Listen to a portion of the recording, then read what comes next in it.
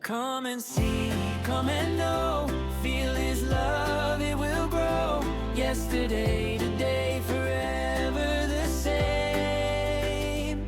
Walk with Howdy, hey everybody, welcome back to Will You Walk with Jesus. Now, we are about to start the year 2026, which means we are having a change in our Come Follow Me curriculum, but it is not just merely curriculum. Now, I think that we are living in a very remarkable moment in sacred history, and it's not merely because of what's unfolding in geopolitics or culture or technology, but because of what's unfolding around the world, the Word of God itself. There is a great awakening of those coming back to Christianity or finding it for the first time or recommitting their lives back to Christ.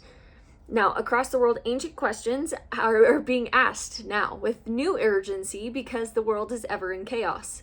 Who is God? Does he speak? Does covenant still matter? And is there such thing as revealed truth in a fractured world? Now, President Russell M. Nelson declared with unmistakable clarity, the gathering of Israel is the most important thing taking place on earth today. Now, that statement is not rhetorical. It is theological. It is scriptural. And it's deeply rooted in the Old Testament. Now, in 2026, members of the Church of Jesus Christ of Latter-day Saints will open Come Follow Me to the Old Testament. Simultaneously, the church finds itself in unprecedented public visibility as of late. There's tons of media scrutiny, and that is ever intensifying. Questions about whether Latter-day Saints are even Christian, and that voice is growing a lot louder as the days go on. Yet, quietly and powerfully, tens of thousands of individuals across the globe are entering the covenant path. And this convergence with our Come Follow Me manual is not coincidence. President Nelson also warned us, in coming days, it will not be possible to survive spiritually without the constant guiding, directing, comforting, and constant influence of the Holy Ghost. And the Old Testament is the first great record of what it means to live under that influence, to be shaped by covenant, to be corrected by law, preserved by mercy, and prepared for redemption. So this is not merely a curriculum cycle of books that we're reading through. It is covenant timing with the lay of the world. It is a preparatory instruction for us to better prepare for his return. And it is a restoration theology on public display. So if you are new to the teachings of the Church of Jesus Christ of Latter-day Saints, I think that the Old Testament is a perfect transition into understanding how we understand Scripture. So let's begin with clarity, because clarity is charity. Latter-day Saints believe that the Old Testament is the Word of God. We believe that God who speaks in Genesis is the same God who speaks today. We believe the covenants he made with Abraham, Isaac, and Jacob are real, binding, and eternal. And we believe, without hesitation, that Jesus Christ is Jehovah, the God of Israel. Now, Elder Jeffrey R. Holland affirmed, we cherish the Bible, we love it, we revere it. The God we worship doesn't suddenly emerge in the New Testament. He walks in Eden, he covenants with Noah, he binds himself to Abraham. He reveals his sacred name to Moses. He delivers Israel with power and mercy. That name, Yahweh, rendered Lord in the King James Bible, is not a generic title. It's a covenant name, rooted in the Hebrew verb haye, or to be, and it signifies a God who is, who was, who will be present, who always will be with his people. Elder Bruce R. McConkie taught plainly, Jehovah is the premortal Jesus Christ. Thus, Latter-day Saints stand firmly with the earliest Christian profession. The God of Sinai is the God of Calvary. It's not theological deviation. It's biblical continuity. We believe that. Now, there are tons of, obviously, strictly Hebrew foundations, but we have a lot of connection to our restored theology. Now, one of the quiet strengths, I think, of Latter-day Saint theology is our comfort with antiquity. We don't fear ancient language, and we like to embrace it. It gives us further understanding, because restoration isn't innovation, it's reconnection with old truths. President Gordon B. Hinckley taught, we are not a people who discard the past. We honor it, we learn from it, and we build upon it. The Hebrew word for Torah, often translated law, more accurately means instruction or teaching. And so this reframes the Old Testament entirely. Now, commandments aren't arbitrary restrictions. They're divine tutoring designed to shape a covenant people. And so likewise, the word ḥesed, which we've talked about on this channel before, it commonly renders down to mercy, and a covenant loyalty, steadfast love, and faithful grace extended within a relationship with God. Elder Neal A. Maxwell observed that God's love is not unconditional in the way some suppose, but it is perfect within the framework of covenant. So that is Old Testament theology, that is Hebrew theology, and that is also LDS theology. So far we're on the same page. Now, there is a common accusation against Latter-day Saints that we add to the Bible. Now, historically, this claim misunderstands how Scripture itself came to be, because the Bible itself is a collection of texts, some that were written after the Scriptures that say don't add to it. And so, I guess D. Todd Christofferson explained this perfectly. President Christofferson stated, the Bible itself is a product of revelation accumulated over time. It wasn't all at once. So ancient Israel was never a text-only religion. Revelation was transmitted orally, ritually, prophetically, communally. The Dead Sea Scrolls itself confirm multiple textual transitions existing simultaneously, and commentary and scripture often existed side by side. And so the concept of permanently closed canon is post-apostolic. It's not biblical. President Joseph Fielding Smith taught us that the Lord has never limited himself to one book. There's always more to learn, so he's always going to give us more information over time. And so when Latter-day Saints accept additional scripture, we're not rejecting the Bible, we are honoring its pattern of continuing revelation. And that's what we believe in. Now, the King James Bible and the King James Bible itself has been our standard of biblical text for a very long time. And the church used the King James Bible not out of nostalgia, but reverence. And so the covenantal language, it harmonizes with our restoration scripture. And so the church now has openly encouraged comparative study. And so we are invited to consult like Hebrew lexicons and Greek New Testament tools and other translations like the NRSV and the NASB and all of these academic scholarly parallels that allow us a deeper understanding, more understanding, a broader sense of knowledge, if you will. Now, President Russell M. Nelson, who's both prophet and scientist, doctor, had repeatedly taught this faith, that faith and reason are allies. And so Revelation invites us to study, and truth withstands scrutiny when we do. And so this sends a powerful message, I think, to the world that we're not afraid of the Bible. We love the Bible. We use the Bible. We revere the Bible. And now we are openly to the world in our Come Follow Me study saying, hey, we're reading it too. We read this too. Personally, I find that with the Old Testament being our study in 2026, this seems like a preparation for public questions to me. We have to acknowledge the reality of our moment today.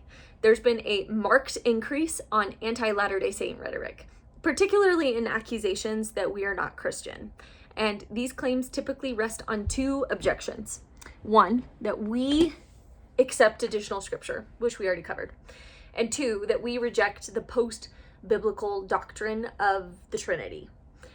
Now, this is precisely why the Old Testament study is a divine gift from the church right now, because studying the Old Testament re-anchors the theology in scripture rather than tradition. And so it trains us to ask foundational questions like, what does the Bible actually say? Before later philosophy tells us what it must mean. And biblical literacy is no longer optional. It's part of a covenant discipleship. We have to understand these scriptures. So on that note, let's take on the heavy topic of the Trinity. I know I'm going to get blasted in the comments for this, but here we go. So, from an academic standpoint, the doctrine of the Trinity is not found explicitly in Scripture. End of story. The word Trinity does not appear in the Bible, ever. Neither does the language of one essence or same substance, and Scripture consistently presents the Father, Son, and Holy Spirit as distinct, acting independently, yet united in purpose. And the formal doctrine of the Trinity emerged gradually through the post-apostolic councils, such as like the Nicaea Council in AD 325 and Constantinople in AD 381. And so these councils were convened by emperors, not by prophets, and they relied heavily on Greek metaphysical categories foreign to Hebrew scripture at the time. So it doesn't imply malice necessarily, but it reflects a church attempting doctrinal unity without revelatory authority. Here we have to ask a question.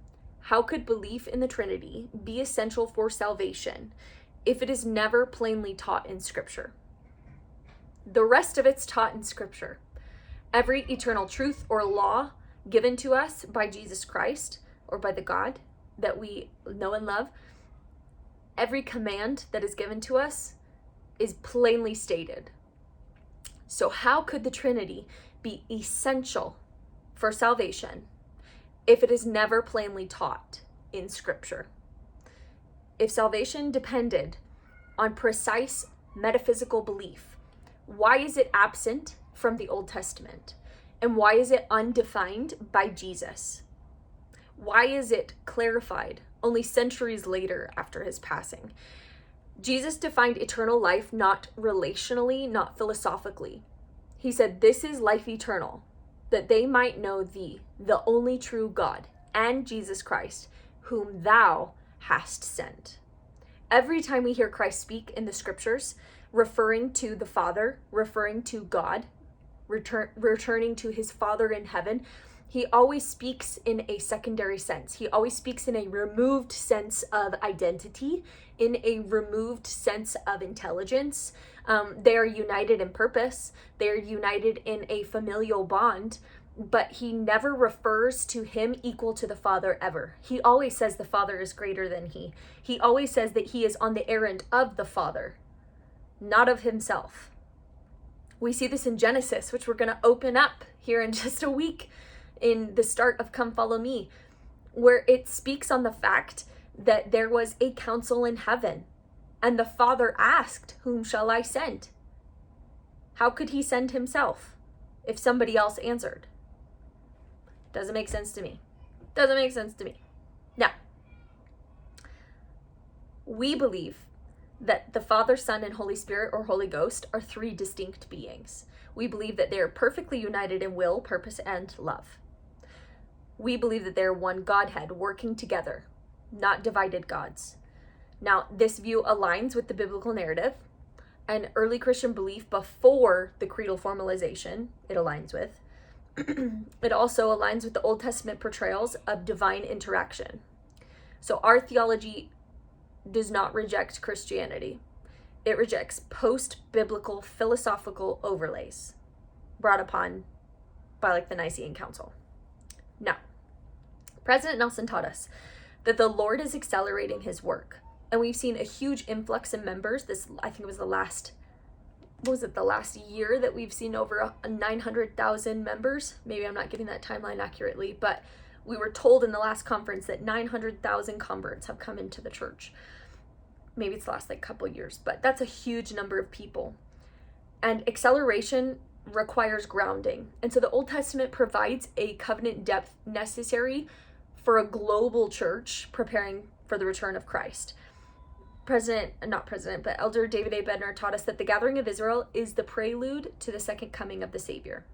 So if we all need to be on the same page, if we all need to be a Zion people, starting with the Old Testament, allowing us to have better conversations with our neighbors and friends is a perfect start to that. Now, the renewed focus of the Old Testament study grounds converts who are just recently converting to the church in covenant identity. It also equips members doctrinally to be able to respond when attacked, and it prepares the church for unprecedented growth. Now, this is not accidental curriculum planning. This is divinely inspired. It is setting us up to succeed 100%. Now, I think that oftentimes some of us look at the Old Testament as almost like a biblical liability, but it's not. It's our backbone. It is our backbone. And as we study it deeply, we can gain confidence without the contention. We can gain the clarity without the arrogance, and the conviction without the fear. We do not fear questions. We do not fear scholarship. We do not fear history, because the God of Abraham still speaks today. He is preparing his people not only to believe, but to understand, to teach, and to stand before the return of his Son. I know without a shadow of a doubt that the Lord still speaks to his prophets and apostles. I have a firm testimony in the prophets and apostles today that they teach and guide this church, and that it is the Lord's church. And I believe that we are being divinely led and inspired to help the world come into Christ, and that we are able to better defend truth, and that through this deep dive of the Old Testament, that we're able to better understand our covenants made with Heavenly Father. I'm very eager for 2026 to study Come Follow Me this year. I think it's going to be wonderful, especially now that we have the, not the go-ahead, but the official okay to use other academic texts alongside the Bible to better understand. I'm very excited. So I hope that this perhaps sheds some light on the importance of why we are studying the Old Testament exactly at this time. And I'm eager to hear what you all think. So thank you for watching today. I hope that you will walk with Jesus this week, as I strive to do my best to do so as well. I'll see you guys next time. Bye. Walk with Jesus in his holy